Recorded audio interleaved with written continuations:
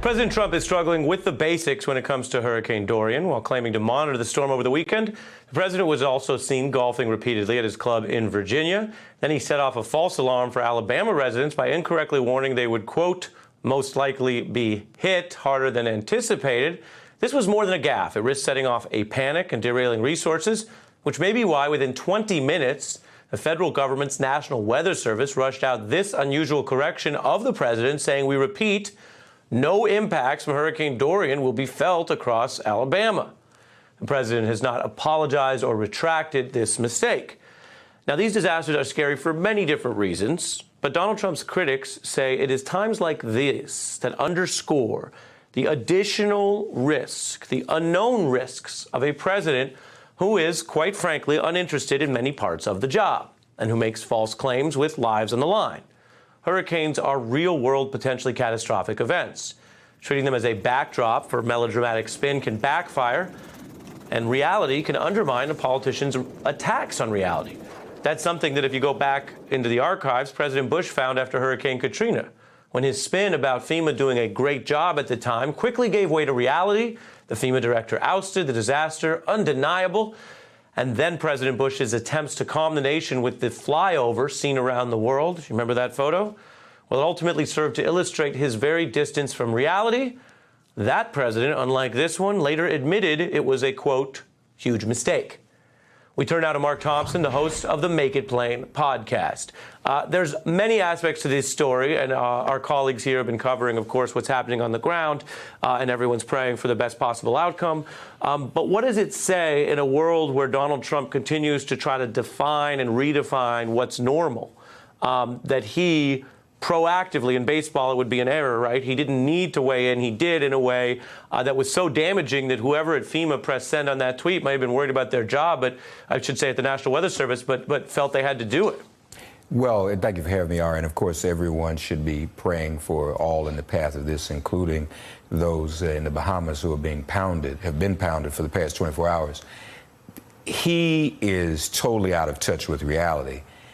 He has made a reputation for himself and has been enabled by just saying whatever comes to the top of his head. No regard for the irresponsibility of his statements. To mention a state being in the path of a hurricane when in fact that state is not, you're absolutely right, would cause a great deal of panic. But he's not presidenting. He's not a real president.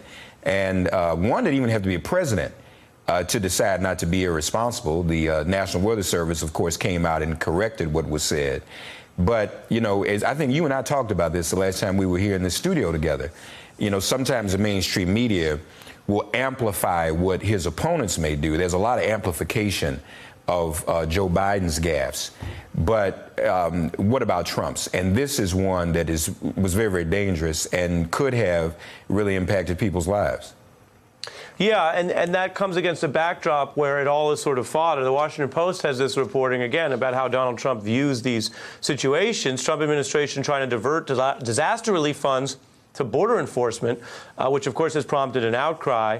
And then you look at the New York Times reporting on Donald Trump seeing this as kind of a time to be loud but not be accurate. Mr. Trump awaited landfall by assuming the role, the Times writes, of meteorologist-in-chief, adding weatherman-style updates to a usual weekend routine of attacking his enemies, retweeting bits of praise, and critiquing the performance of his cable news allies. I suppose the risk here is that it all becomes mixed up in one soup and tuned out, rather than people who live in Alabama, which, and this would matter regardless, but politically happens to be a state that went heavily for Trump, people there going, wow, I really wish he didn't set off a false alarm here. That's not helpful.